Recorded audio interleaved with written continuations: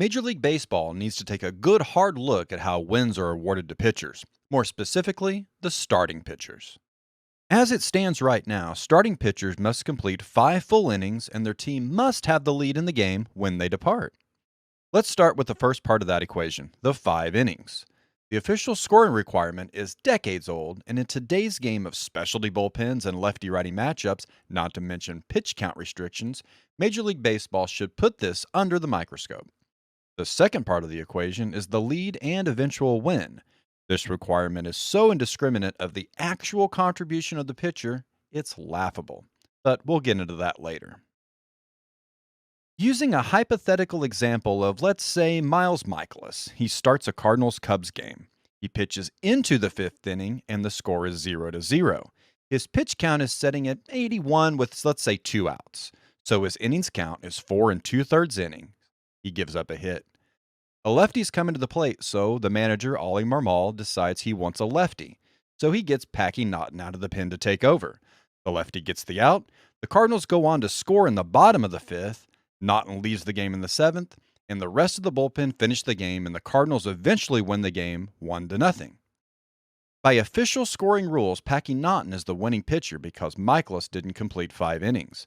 When a relief pitcher was the pitcher of record when the winning team scores the go-ahead run and that team doesn't relinquish the lead, that pitcher qualifies for the win if the official scorer deems he was the most effective in preserving the win.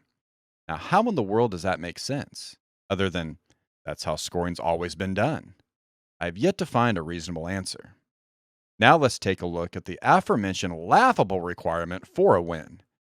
I discussed that the starter is the only pitcher required to pitch 5 full innings to qualify for the win.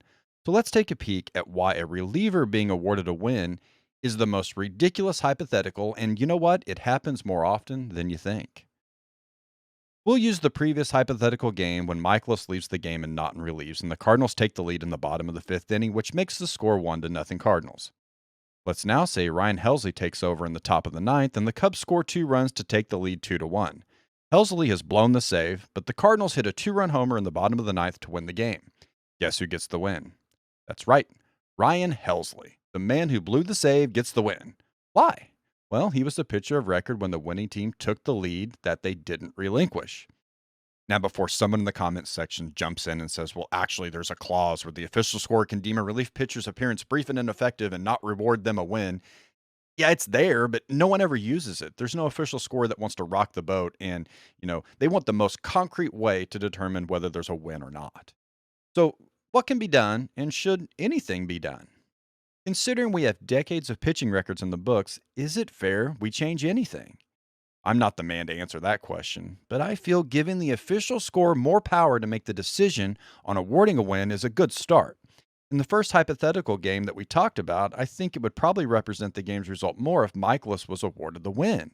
Now, in the second variation where Helsley blows a save and gets a win, there is no way Helsley should be awarded a win in that situation. Let me know in the comment section how you feel. Should any changes be made, or do you think baseball's history books keep any changes that we could ever talk about on the shelves? Thanks for watching, and we'll see you next time.